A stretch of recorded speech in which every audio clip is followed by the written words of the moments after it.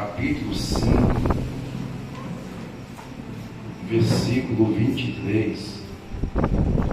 Vamos estar lendo alguns versículos da Bíblia, mas vou tentar resumir tudo em 20 minutos. Glória a Deus. Diz assim, 1 Tessalonicenses, capítulo 5, verso 23. E o mesmo Deus de paz vos santifique em tudo e em todo o vosso espírito e alma e corpo sejam plenamente conservados, irrepreensíveis para a vinda de nosso Senhor Jesus Cristo. Tomar os vossos assentos, irmãos. Louvado seja o nome do Senhor Jesus Cristo. Meus amados irmãos, o objetivo de uma mensagem, os irmãos fiquem bem atentos. O objetivo de uma mensagem é a ser ministrada, é a ser ensinada, a qual o Espírito de Deus traz aos nossos corações, é para poder trazer um despertamento em nossas vidas, para que a gente possamos se acordar. E o despertamento não é o suficiente. Vou te dar um exemplo. Você coloca o seu celular para despertar 4 horas da manhã. 4 horas da manhã para poder orar, ou para poder fazer alguma coisa. Então o celular ele desperta, você acorda, mas a decisão de se levantar é sua. A mensagem que Deus traz aos nossos corações, ela traz um despertamento na minha vida. Agora é cabível a mim tomar uma decisão e se levantar e fazer o que a mensagem falou para mim poder fazer. Porque não adianta só eu dizer assim, eu gostei da mensagem, a mensagem mexeu comigo, a mensagem me confrontou, mas eu não dou nenhuma reação de mudança, não me prontifico em me levantar, em fazer alguma coisa concernente à obra de Deus.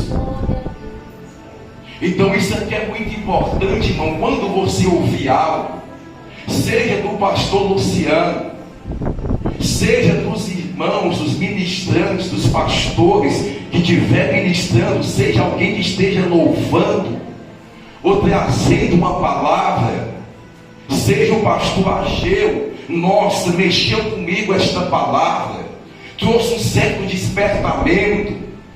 Então tem uma reação em cima daquilo que trouxe um despertamento em sua vida, porque senão ano que vem você vai estar do mesmo jeito, da mesma forma, porque você ouviu, trouxe até um despertamento, você até ficou balançado, mas não se levantou, porque a decisão de se levantar, de orar, de buscar, de fazer o que Deus nos pede é nossa.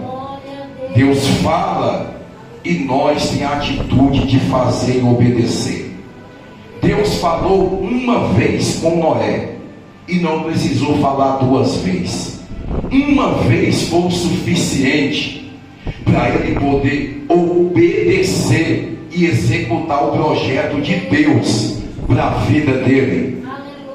Então que possamos ser servos obedientes, que ouvimos a inerrante, infalível palavra de Deus e que possamos obedecer, porque eu não vim trazer para os irmãos um evangelho homocêntrico que amassageia o nosso ego e que a gente permanece do mesmo jeito, porque se depender da mensagem que Deus nos dá, vai haver uma mudança e uma evolução na obra de Deus, porque o evangelho que nós pregamos é o evangelho cristocêntrico, o evangelho que nos confronta a renunciar os nossos desejos e as nossas vontades, e que nos influencia a se aproximar de Deus. Esse é o evangelho cristocêntrico. Ele não passa a mão na nossa cabeça.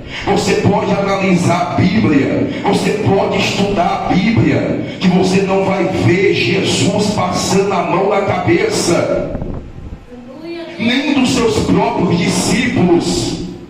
Em João capítulo 6, versículo 60, tem uma multidão em volta de Jesus, e Jesus vai dizer a eles: só estão comigo por causa do pão, por causa da comida, por causa da multiplicação, por causa do milagre. Começou a sair de um por um, a multidão sumiu, porque multidão só quer oba-oba, multidão só quer milagre, multidão só quer bênção, multidão só enxerga a mão de Deus que abençoa, mas não enxerga a justiça de Deus. Multidão só enxerga a mão que prospera, a mão de Deus, mas não enxerga a correção de Deus, não enxerga o juízo de Deus. A multidão só quer milagre, só quer bênção, só quer aquilo que favorece aos seus ouvidos. Mas diz a Bíblia que os discípulos ficam com Jesus. Glória a Deus. Aí certamente o que Jesus fala com Pedro é porque houve uma indagação. O Senhor está indo todo mundo embora. Jesus não está nem aí para quem não quer servir a Ele verdadeiramente, irmão. Tu pensa que Ele está ligando para quem não tem compromisso com Ele? Não é Jesus que precisa da gente, é nós que precisamos de Jesus. Jesus não vai ficar chorando engano para ninguém, passando a mão, coitadinho, coitadinha, fica aqui, eu tenho contigo. Não, o homem faz isso, mas Jesus não. Olhou para os seus discípulos e disse: quer ir também com eles? Porque eu não obrigo ninguém a estar comigo se não quiser andar na palavra que foi enviada de Deus. Pedro vai dizer: sabe o que? Escute, não, Senhor, para onde nós iremos se só o Senhor tem palavra de vida eterna? Pedro já estava caminhando com Jesus o suficiente para entender que só Jesus tinha palavra de salvação e mais ninguém. Porque Jesus é o caminho, a verdade e a vida. O único mediador entre Deus e os homens é Jesus, que morreu na cruz. Jesus, que debateu comigo e você. Jesus.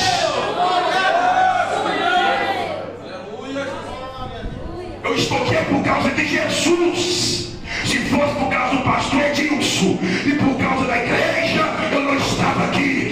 O diabo tinha capotado o carro no meio do caminho, mas eu estou aqui por causa dele, que me chamou para poder pregar a tua palavra.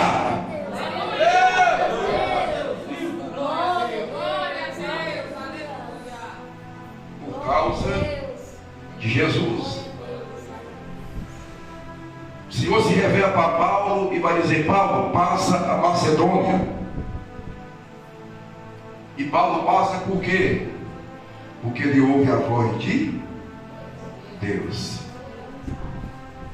Ele ouve a voz de Deus.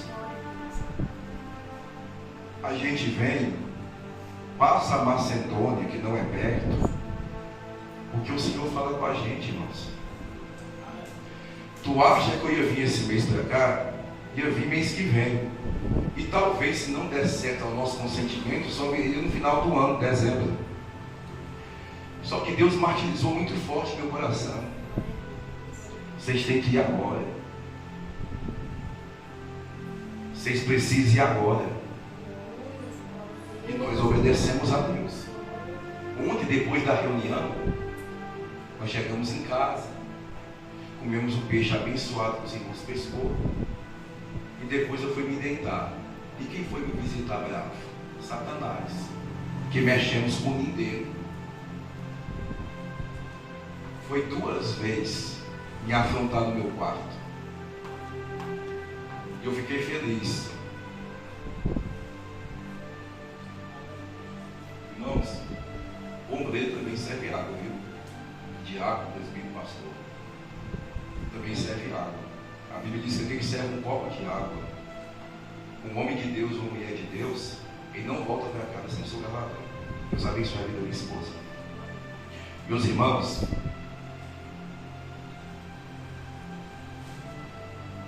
primeiro Tessalonicenses, primeiro requisito que eu ia falar, tentar ser muito breve. Porque a nossa vontade é ser breve, mas o Espírito de Deus começa já entrando na palavra, deixando o peito de lado. Primeira coisa, alma. O que é a alma, pastor?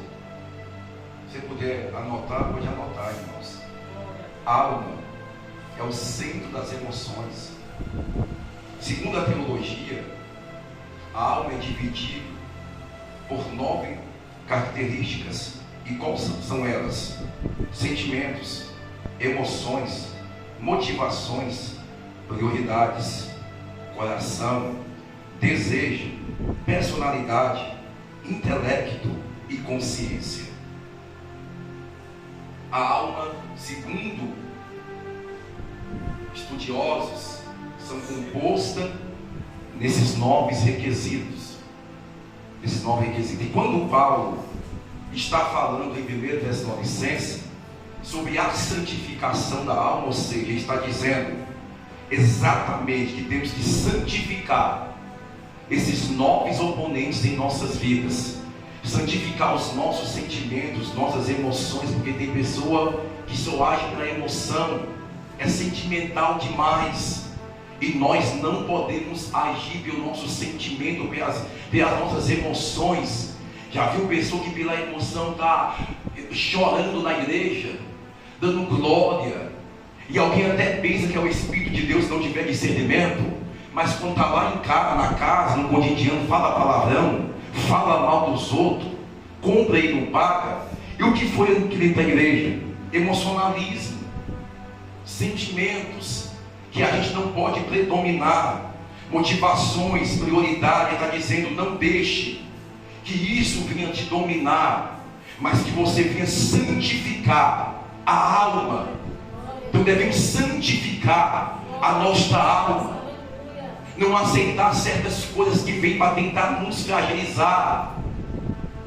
A nossa mente tem que ser protegida, o nosso coração tem que ser protegido, os nossos sentimentos têm que ser protegidos, nossas motivações têm que ser protegidas, nossos desejos têm que ser protegidos, nosso intelecto, nossa consciência tem que ser protegida.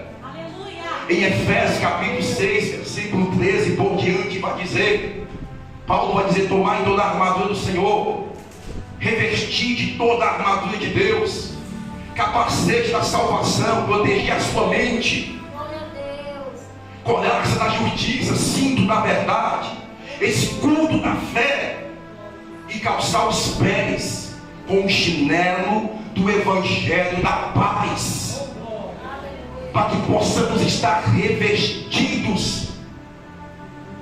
O que você sente dor por causa da alma, você chora por causa da alma. Você quer ver? A alma está ligada ao corpo físico, a esta caixa. Se o corpo morre, a alma é desligada do corpo. E quando o corpo morre, que a alma desliga do corpo, o corpo está lá, sua caixa vazia. Você pode cortar, você pode abrir, que o corpo não sente nada, porque o corpo sem a alma é só um corpo vazio, não sente nada. O que faz o nosso corpo sentir, chorar, sentir dor, é a alma que está ligada ao nosso corpo.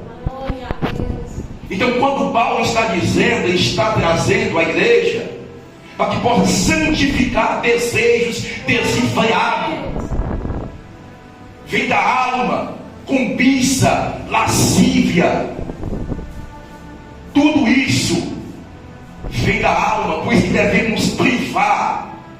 não aceitar, santificar, cortar, e a gente está protegendo desejo, consciência, intelecto, a mente, pensamentos maldosos, pensamentos negativos.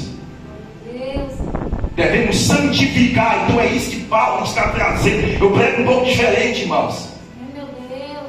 Eu estive sentado em cadeira de escola, fazendo teologia, mas eu nunca consegui entrar em raiz teológica, porque o Espírito de Deus sempre me mostra qual é a necessidade maior da igreja. Glória a Deus. Aleluia. É isso que o apóstolo Paulo está dizendo: proteja a sua mente dos maus pensamentos, porque tudo isso é promovido pela alma, todos esses sentimentos. E quantos que têm sido movidos pelos sentimentos? Coração, Jeremias vai dizer: enganoso é o coração do homem. Eu não posso sentir que é, eu acho que é, o meu coração está dizendo que é. Eu já vi muita gente dizer assim: meu coração nunca se engana. É porque não conhece a Bíblia, não conhece a palavra de Deus. O coração do homem se engana, o coração do homem erra. Por isso que devemos agir sempre direcionado pelo Espírito de Deus. Deixa eu correr rapidamente. Segunda coisa que Paulo vai dizer: santificação do Espírito. O Espírito está conectado com Deus, é a força da vida. Em hebraico, a palavra Espírito também vem de vento ou sopro, porque no jardim do Éden Deus soprou teu Espírito dentro de Adão, dando a ele vida, e ele se tornando um ser vivente. Eclesiastes 12 vai dizer: o Espírito, quando o corpo morre, ele se desliga e volta para Deus, porque há uma divisão entre o Espírito e a alma. Hebreus capítulo 12, capítulo 4, versículo 12, fala a divisão da alma junto às medulas do Espírito. Há uma divisão da alma e do Espírito. A alma tem um destino: céu ou inferno. As vidas que estão no Hades hoje, que estão sofrendo, sentindo dor, é a alma que está lá dentro. Hoje muitos não querem mais pregar sobre céu, sobre inferno, sobre crucificação de Jesus, sobre volta de Jesus, mas a IPV ainda prega. A IPV ainda prega sobre essas coisas, porque o povo que é hoje é o seguinte: vai receber a chave, a porta vai se abrir, e a igreja, pelo emocionalismo provocado pela alma, vai à loucura, aí pula, salta, sapateia, vai para casa, e o vazio na alma está do mesmo jeito, não tem relacionamento com Deus.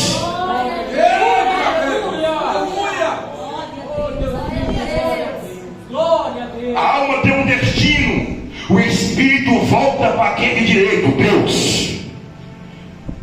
E enquanto nós estamos aqui, e dentro de nós habita corpo, como diz o apóstolo Paulo, corpo, alma e espírito. Ao Senhor vai dizer em João capítulo 4, verso 23: e é chegado o momento, e o momento é esse, em que o Pai procura os verdadeiros adoradores, que o adorem em espírito e em verdade, porque o Pai é espírito, e importa que todos que o adorem em espírito e em verdade, porque Deus é espírito.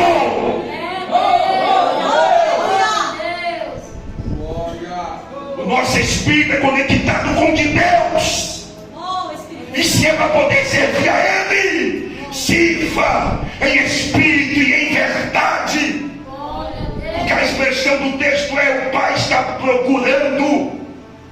A palavra procurando serve tanto para 2000 anos atrás, como para daqui 2000 anos para frente. Está sempre atualizada mais do que o jornal de ontem. O Pai está procurando Apocalipse capítulo 1 e verso 51 vai dizer, é a última, no momento e no abrir e fechar de olhos, ao soar da última trombeta, o Senhor vai arrebatar a tua igreja. Ou seja, momento está falando aqui e agora, a qualquer momento ele vem. Da mesma forma o Pai está procurando. Se o Pai está procurando o verdadeiro adorador, é porque tem pessoas falsas, e aonde tem falso, ele está procurando o verdadeiro. Mas eu creio que nesta noite tem alguém que quer ser verdadeiro na presença do Pai. Ele é Espírito. A palavra Espírito vem de vento. Atos 2, vento verdente, virtuoso, encheu toda a casa. É a finalidade do Espírito. Em Gênesis, soprou sobre Adão. O Espírito de Atos 2 é a promessa de Jesus, o Espírito Santo. De Adão se tornou um ser vivente, ligado, conectado com Deus. Um certo historiador falou bem assim: no coração de todo homem, quando fala a palavra homem, está ligado em geral em tudo, homem e mulher. Há um vazio no tamanho de Deus, porque tem algo de Deus dentro da gente, e só é preenchido através do nosso espírito, estar conectado com Deus. Pastor, como que eu vou conectar o espírito com Deus? Fazendo o que vocês estão fazendo aqui hoje, congregando, ouvindo a palavra, louvando, adorando, orando, jejuando, lendo a palavra, submetendo à vontade de Deus, renunciando, se entregando cada dia mais a Deus, andando em vigilância, clamando pela misericórdia de Deus. Todos os dias me ajuda a ser um servo melhor. Eu oro, irmão.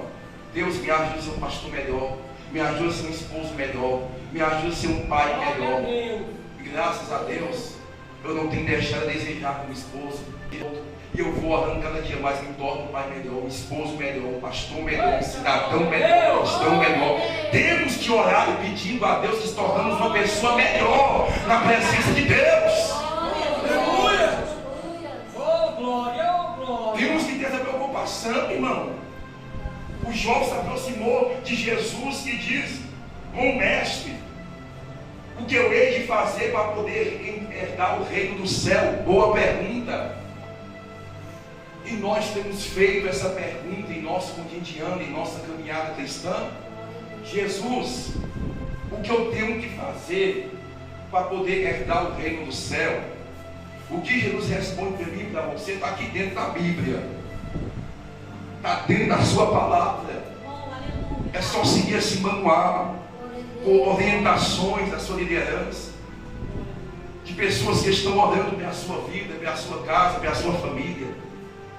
Pessoas dão mais credibilidade para profeta que vem ministrar aqui fora do que para aqueles de casa que estão ali todos os dias orando pela vida dele, a sua liderança. O pastor está lá orando, está intercedendo, mas se vem alguém ministrando de fora, eu queria adotar isso aqui, pastor Deus, rever esse projeto aí que nós temos na sede lá, que outros pastores estão também copiando também. Tente aplicar isso aqui, quebra esse protocolo de pessoas que tal dia que vai pregar fulano. Para mim sempre a ação e a glória e o louvor é do Espírito Santo de Deus e é para Deus. Lá ninguém sabe quem vai dirigir culto, quem vai pregar, quem quer adorar Jesus vem. Quem não quiser não vem. Lá é desse jeito, irmão. Tem negócio de sexta-feira quem prega fulano tal e fulano tal dirige culto, não tem isso não. Só em evento. Evento a gente põe pregadores, ministrantes, etc. Agora, os nossos cultos, a pessoa vai porque quer ir para poder adorar o Senhor e precisa de estar congregando e vivendo em união entre os irmãos. Amém. Mas lá nós não temos a escala que tem lá é entre eu e os ombreiros, e nenhum sabe o outro, sabe, pastor?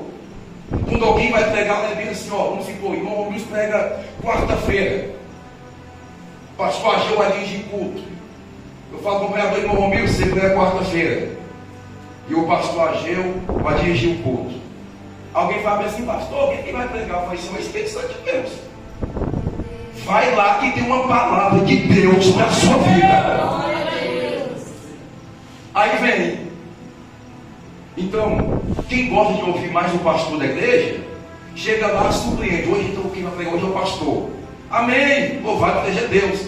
Mas vai quebrando o protocolo de ficar, eu não gosto de ouvir o irmão, eu não gosto de ouvir a irmã. Lá desde o começo do ministério não tem isso. Os outros trabalhos, tudo é comunicado. Os ensaios, as orações, mas quando partiu para o lado de pregação, vem quem quer realmente ouvir a voz de Deus e adorar o nome do Senhor. Por último, santificação do corpo. Pastor, tem que santificar o corpo? Tem, irmão. 1 Coríntios capítulo 3, verso 16. O nosso corpo é templo e morada do Espírito Santo de Deus. E se eu destruir esse corpo, eu estou destruindo o templo de Deus. E quando fala em destruir o templo, que é essa matéria, esse corpo, não é só em drogas, cigarro, alcoolismo, etc. Não. Prostituição. Não. Você sabia também que se eu me alimentar de uma forma descontrolada, eu estou danificando o templo do Espírito Santo de Deus? Aí já se vê muita gente doente, com muitas enfermidades, por causa de comer gordura demais, comer sal demais e assim por diante. Você sabia que está cometendo um pecado contra o próprio corpo?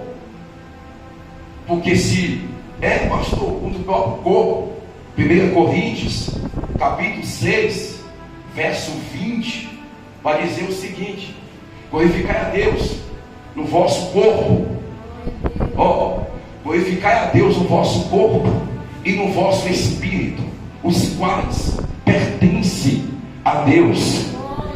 Ou seja, entregou sua vida para Jesus, esse corpo não é teu mais, cuida daquilo que é de Deus. Temos que ter essa concepção e esse entendimento que o nosso corpo é templo e morada do Espírito de Deus. Ele vai dizer ainda mais no livro de Romanos capítulo 12, vai dizer que apresentai a Deus o vosso corpo como sacrifício vivo e agradável. Por que, pastor? Às vezes eu estou cansado, mas a gente está aqui, mesmo o corpo cansado, mas um sacrifício vivo e agradável a Deus. Eu estou aqui. O meu corpo está sendo utilizado para a obra de Deus. O meu corpo é instrumento de Deus para a obra de Deus. Tem dia que eu não quero jejuar, porque o meu corpo está pedindo um café, está pedindo um pão, mas vai entrar o sacrifício do jejum, a santificação da carne do meu corpo, a santificação do meu corpo. Paulo vai dizer em Romanos 8,6: a inclinação para a carne é morte. Se eu não santificar o meu corpo, matando a minha carne com jejum, com a oração, ou você vence a tua carne, ou a carne te vence. É um dos dois, porque a carne não pega para poder cultuar, não. A carne deu 10 minutinhos de palavra, ou a carne vai embora. A carne vai para casa ver novela, ver filme, conversar no WhatsApp. A carne pede tudo isso, mas o Espírito está gritando e gemendo, dizendo: fica mais, ora mais, jejue mais, glorifique mais, adore mais, te entrega mais para Deus. Olhando quer a sua. A carne não quer as coisas de Deus. A carne não quer. A carne se incomoda com tudo. Você já viu a pessoa tentar boate, um forró? O somzão incomoda, aumenta o som um pouquinho para tu ver da igreja. Engraçado, quando estava no mundo, no forró, no bar de funk, não vou falar de todos, porque tem pessoa que nunca foi nessas coisas, mas no bar de funk, dentro da boate, o somzão, E a pessoa está lá, e quando vem para a igreja, aí vai dizer: não, o senhor está muito alto, o pastor grita muito, eu não gosto desse negócio de zoada, esse negócio de barulho. Irmão, se Deus não quisesse zoada, no céu não tinha 24 anciões adorando ao Senhor, de dia e de noite, dizendo: santo, santo, santo é o Senhor dos exércitos. Se Deus não gostasse de zoada, Ele não tinha feito o ser humano para poder adorar o nome dEle. Eu fazia zoada com o dedo do mundo, irmão, e aquele barulho todo me incomodava. Hoje também não me incomoda, não. Glória a Deus. O que vem do Espírito de Deus é bem-vindo e cabível às nossas vidas. O nosso corpo é para poder glorificar a Deus. Na Bíblia, no Novo Testamento, conhecemos uma mulher que virou símbolo de idolatria no meio de muitos, conhecida como Maria. Maria, ela aceitou o propósito de Deus na vida dela, entregando o seu corpo para ser instrumento de Deus. Quando o anjo se revela e fala: agraciada entre as mulheres és tu, e do teu ventre vai nascer quem? Jesus. Ela aceitou, porque Deus não obriga ninguém a cumprir a vontade dele. Se ela não quisesse entregar o corpo dela para ser instrumento de Deus, Deus ia usar outra pessoa, Deus levantaria outra pessoa. Se eu não quiser que o meu corpo seja instrumento do uso de Deus, pode ter certeza que vai na boca de fumo, vai no centro de prostituição, vai dentro da macumba e vai trazer pessoas de lá para poder fazer o que muitos não querem fazer na obra de Deus. Porque enquanto muitos não querem entregar o corpo para Deus, como Maria entregou, então nosso corpo é instrumento de Deus. Quem foi que foi gerado no ventre de Maria? Jesus. O corpo dela é para ser gerado Jesus. E você sabia que espiritualmente tem um Jesus se revelando em nossas vidas todos os dias, aperfeiçoando em nós? Ou nós aceitamos a obra do Pai em nossa vida, que foi através de Jesus Cristo? Ou nós não aceitamos, irmãos? Então esse corpo não é nosso. Esse corpo é de Deus, para uso e instrumento dele. Eu tenho que cuidar desse corpo e santificar esse corpo e me separar. E Pedro vai dizer: em toda a vossa maneira de viver. Hoje a sensualidade se tornou comum nas cidades grandes. E hoje em muitas igrejas é assim: a pessoa vai todo bonitinho para a igreja. Ó, quem vê o pastor Luciano, falar: eu não vou ofender ninguém. Todo bonitinho, vê minha esposa. Aí lá fora está um shortinho aqui mostrando a bunda, está um shortinho aqui mostrando as partes íntimas. O nosso corpo, irmão, não é açougue, nem vitrine de loja para poder ser mostrado para ninguém. Aí alguns pegam a Bíblia, botam para a igreja, corpo muito curto, botando a Bíblia em cima, está com um pedacinho de pano puxando, que cobre carne, irmãos. Não é bolsa, não é Bíblia, é pano. E tanto cobre aqui dentro como cobre lá fora. Nós temos que, a palavra certa é essa, meu Messias, é se valorizar. É se valorizar. O nosso corpo é templo do Espírito de Deus. Por isso que em 1 Timóteo 2,9 vai dizer que andamos com pudor, com ordem, com decência, com modestia, que no original quer dizer sem vaidade, sem luxúria, porque a vaidade sem temperança, ela estraga a vida de uma pessoa. E a pessoa no espelho se acha a pessoa mais feia do mundo, e a vaidade vai entrando, e põe uma coisa, põe outra, e você vai vendo aí as artistas, e cresce seios, cresce um bocado de coisa, e põe coisa aqui, põe coisa acolá, cresce até os lábios, e faz tanta coisa, e não está o suficiente. Um aí foi parado, veio para o hospital, quase morreu por causa disso aí. Vaidade, luxúria. Temos que nós cristãos não aceitar isso, nem aqui dentro e nem lá fora, porque o jeito que veste aqui dentro tem que ver